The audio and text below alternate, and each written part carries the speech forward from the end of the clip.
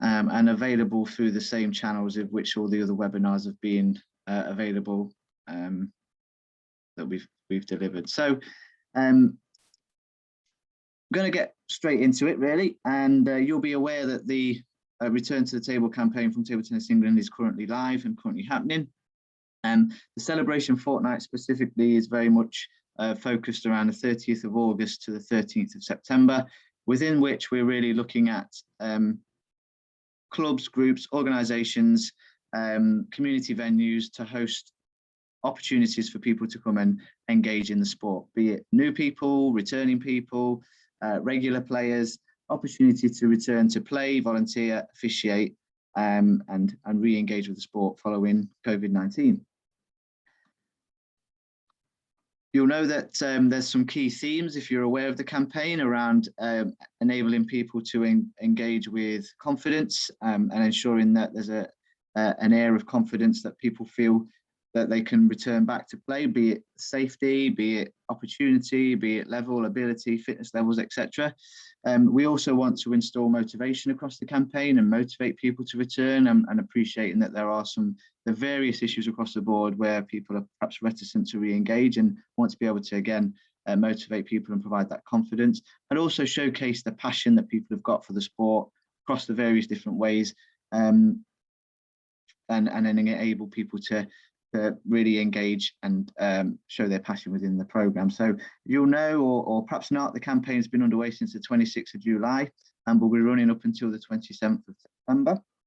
And over the course of the weeks of the campaign, there's various different themes. So at present, as of the 19th of August, today, the focus is currently on junior participation, and we've got videos and social media links and updates along that sort of vein, showcasing how juniors engage and interact with sport. And then from the 23rd of August, the focus next week will be around older people, and again, the similar tactics in terms of the promotion, the opportunities, the resources available to support with older people to re-engage with the sport across the different ways. I'm just going to play a quick video clip just to give you an indication of where we're at with regards to the programme at present and the campaign at present. And there's some interviews, there's some shots, there's some footage of how people have been re-engaging with or returning to the table since the back end of July.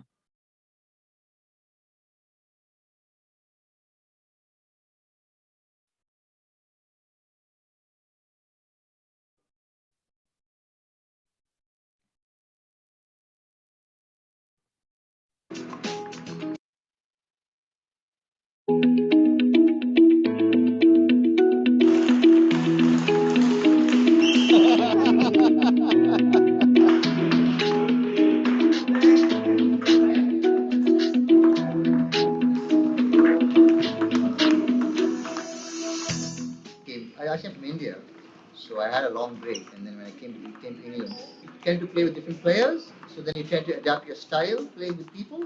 Plus, it's also fun because it's competitive. As soon as you step in the door, procedures are in place. It's very good. You're very confident. It's very important that it's the safety of people can come in an environment where you can feel safe. And they're sort of saying, well, I'm not as good as I used to before. And I say, well, no, because you've had 7 months layoff, and it's there mentally. It's a question of just getting it right otherwise, and they do.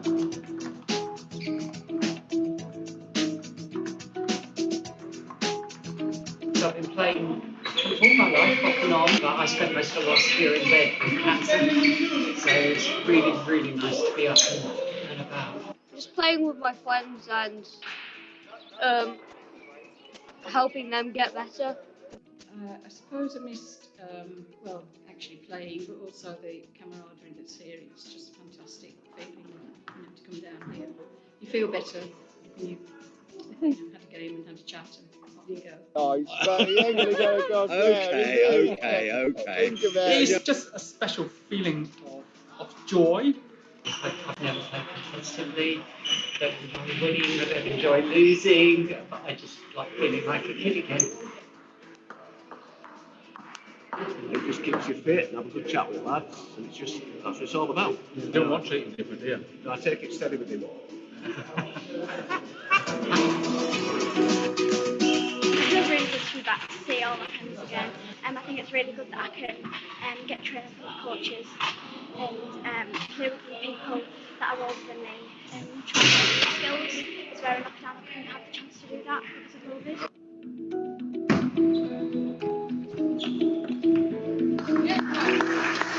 I'm so excited to come back, and I was excited to meet all the people that I've become friends with on, through the club.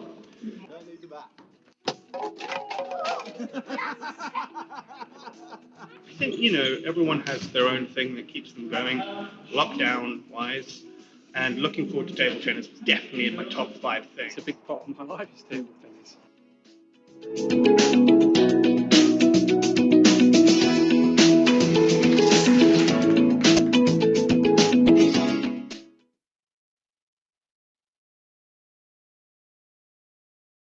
So that video there, that footage there, may not be new to some of you. There may be some people on the call that have featured within that, in which case you're famous, and that's great. But actually, yeah, that just gives you an indication of where we're at with the programme, how people have been returning to the table, how people have been re-engaging with the sport, and quite encouraging to see various different age groups, various different levels and abilities, and environments that people have been engaging with the sport, which is great to see. So for today, we will be exploring the ideas and tactics to support you in planning a celebration event. As we say, part of this campaign will be a celebration fortnight, and we want to see as many clubs, groups, community venues hosting open events and opportunities for people to engage and then celebrate the sport.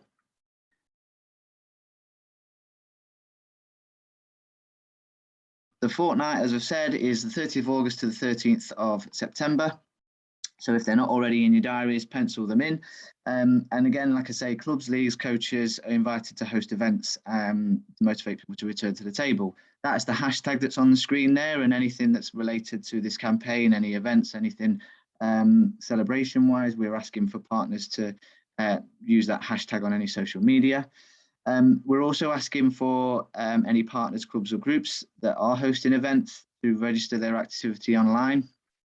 This presentation and the information within it will be circulated to everybody, as well as the links to the toolkits and stuff. So the links you can see on screen, you'll have access to, should you want to, if you've not already, register your activity. And then also posted on our activity finder so that people can find events and opportunities near them. All events that are registered with us will be entered into a prize draw, and organisers could win a £500 grant or a visit from a top England player to their venue as part of their event, or post their event. And there'll also be prizes for best videos from those events. So again, using the hashtag return to the table, we're asking that anybody hosting events post videos and images with consent, of course, to social media, or to send them directly to us. And the more footage we get to showcase in a similar vein to what you've just seen, then the better, really. We're really eager for that. Why, I guess, really, would you want to be doing a celebration event? I know that you're likely to be really passionate about the sport for joining this call today.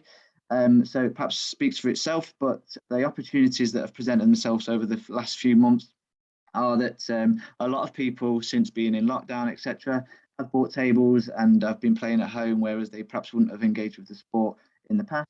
So we do know that there's probably a large cohort of people new to the sport that might be looking for that opportunity to progress or to go further. People are looking at new ways and more innovative ways to get active than perhaps not familiar to them.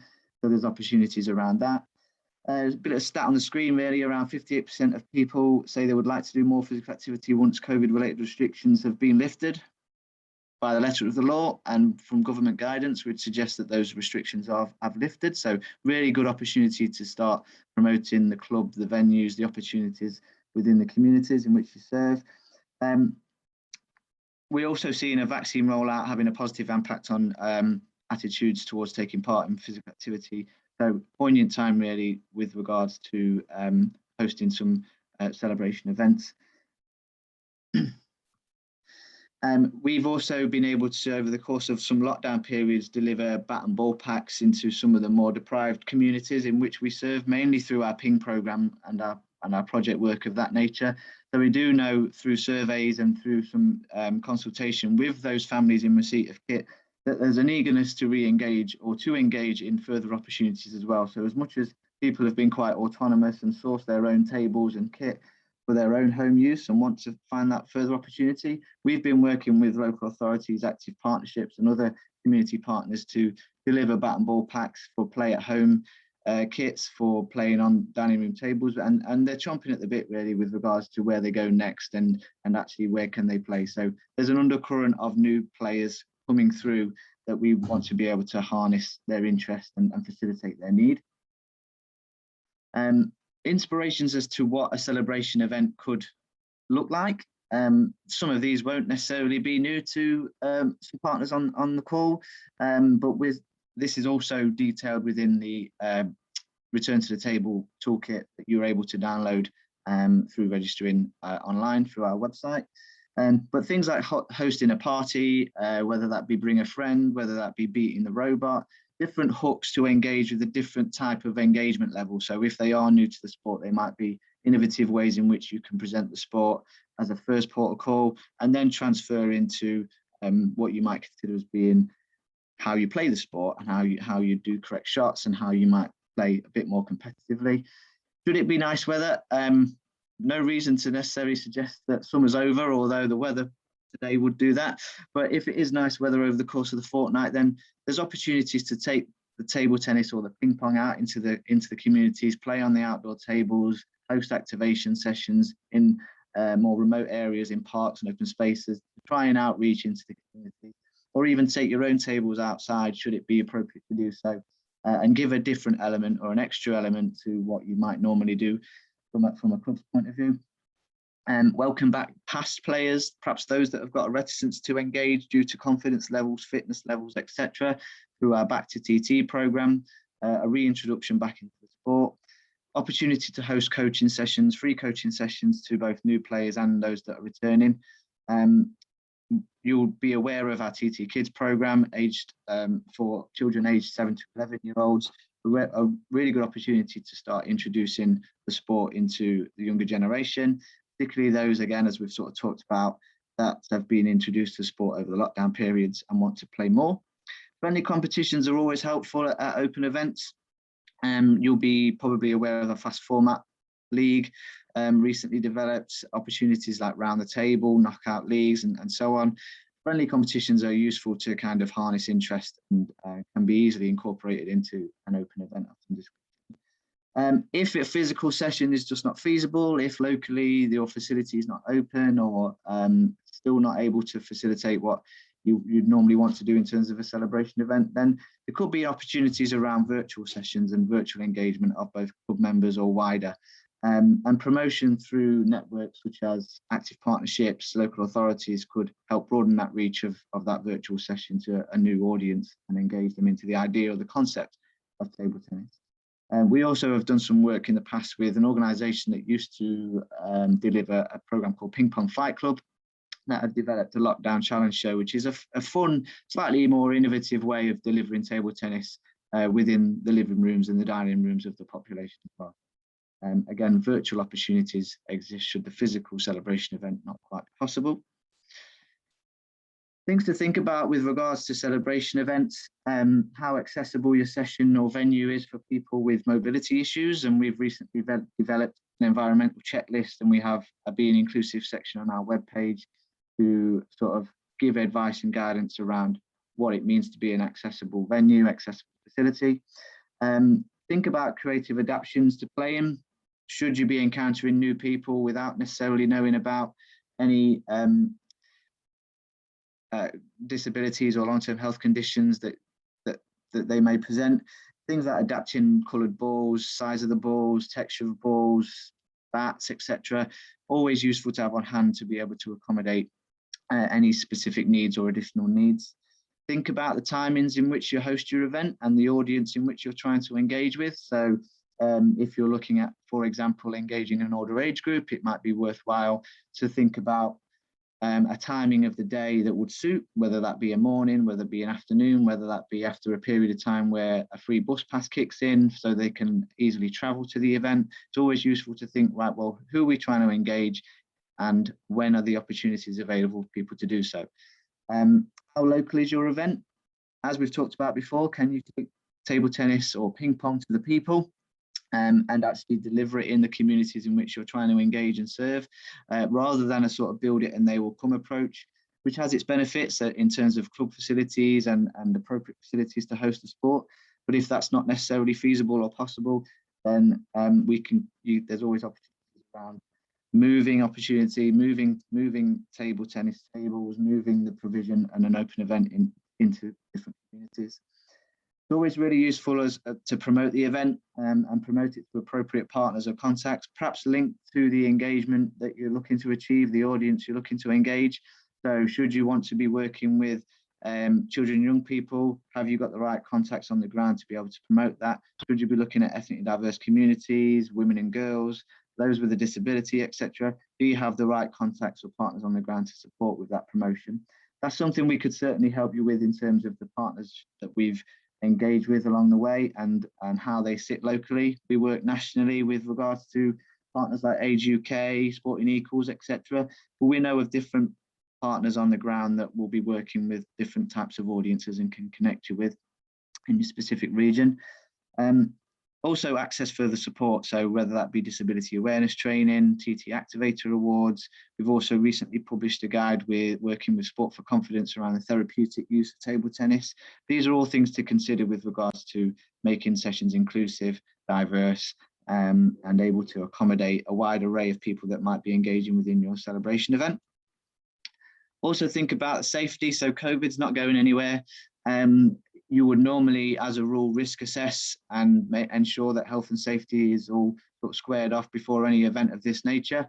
But it's also really useful to factor in COVID-19 protocols, even though at the minute we're sort of suggesting that all restrictions have lifted to a degree. So there is no 1 metre plus rule for sports settings. There's no maximum numbers for indoor sports sessions. Face coverings aren't necessarily required, but are advised within crowded public spaces. So it's always worth factoring in COVID-19 compliance mitigation into any risk assessment you'll need to piece together for any open event welcoming in new people. It's an idea to keep track of attendees at each session, as it's still important to self-isolate should anybody present symptoms or get pinged via the app. If any COVID-19 symptoms are present through volunteers or attendees, they should not be attending these events. There is advised to isolate. We recently did a 1 year to go for the Commonwealth Games event in Birmingham 2 or 3 weeks ago, hosted by the Games team, but as table tennis we were there present, and all of our volunteers that were supported on the day had to produce a negative lateral flow test prior to attending. And so any volunteers or staff that you'll be working with around facilitating this event would certainly advise that you do the same and factored into the risk assessment. And then sanitisation stations and NHS QR codes available and visible throughout the course of the event. It's also really good practice to maybe allude to the steps that have been taken to ensure that the event is safe and COVID safe environment, so that people feel confident that they can come along to that session. The promotion, as I've already touched on, is a really key factor in this. Register your event with us in the first instance and tell us what you're planning to do, and we may be able to help with that publicity just as much as provide you with the resources. Promote your day and event through your own websites if you've got them, or local websites if you've got access to them. Word of mouth, flyers, posters, social media. We've got a range of different digital assets linked to this particular celebration fortnight that you're able to use and piece together to promote your event, whether that be posters, flyers, net hangers, a host of different things. Reach out to, and we can help you with this, partnerships and local partners. So that would be active partnerships, local authorities.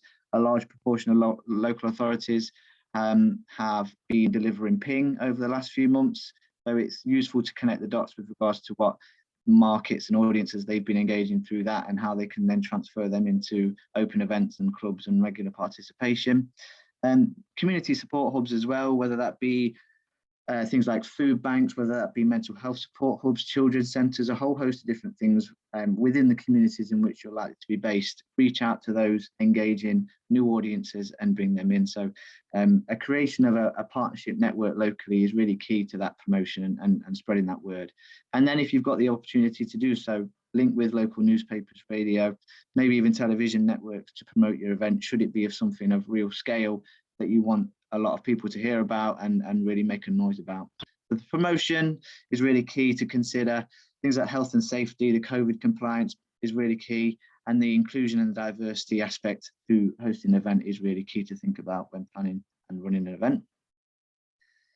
The next steps really with regards to where you need to go. So you've got an idea of an event, you've got a date, you've got a time, you know what you want to do, where you want to do it.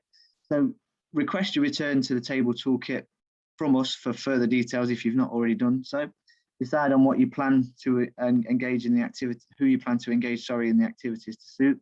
Consider the follow-on activities as well. So should you be delivering an open event that's got a large focus around TT Kids or children and young people, what are the opportunities after that? So is there going to be a regular TT Kids session in line with our national launch in October?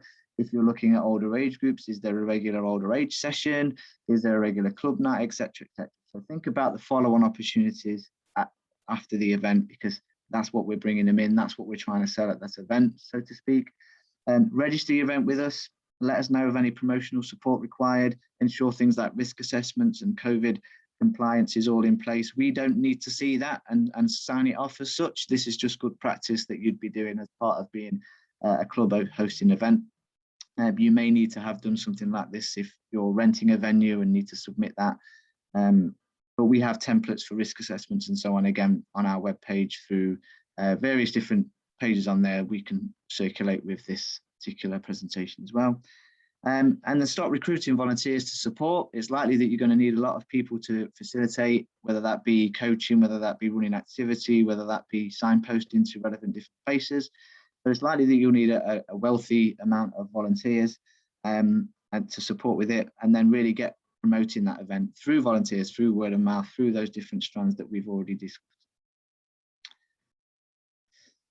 So the next, the summary really is that's essentially what we need to talk about. And I would like to open it up to any immediate thoughts on that information that we've delivered today.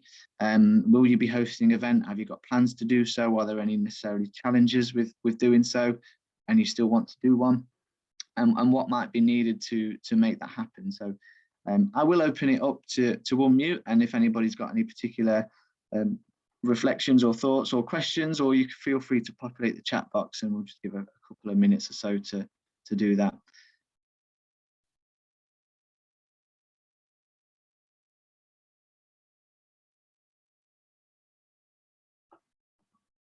One thing I will say is that we're really keen to see as many clubs and groups hosting as many sessions as possible across a wide spectrum of ways to engage in the sport, to really make a song and dance that, you know, the sport is back and restrictions have lifted, and that people can engage with confidence and motivated to do so.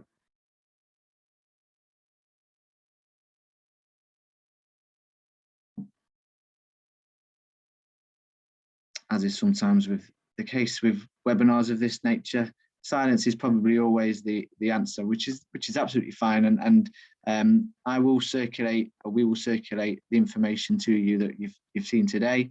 If there aren't any questions or any reflections, then we'll draw our webinar to a close and ensure you've got everything you need to facilitate that celebration event. We look forward to seeing just how many events come online and how many and what those events will involve. And again, if anybody's got any questions or requirements for support, then please reach out to us at Table Tennis England to facilitate that.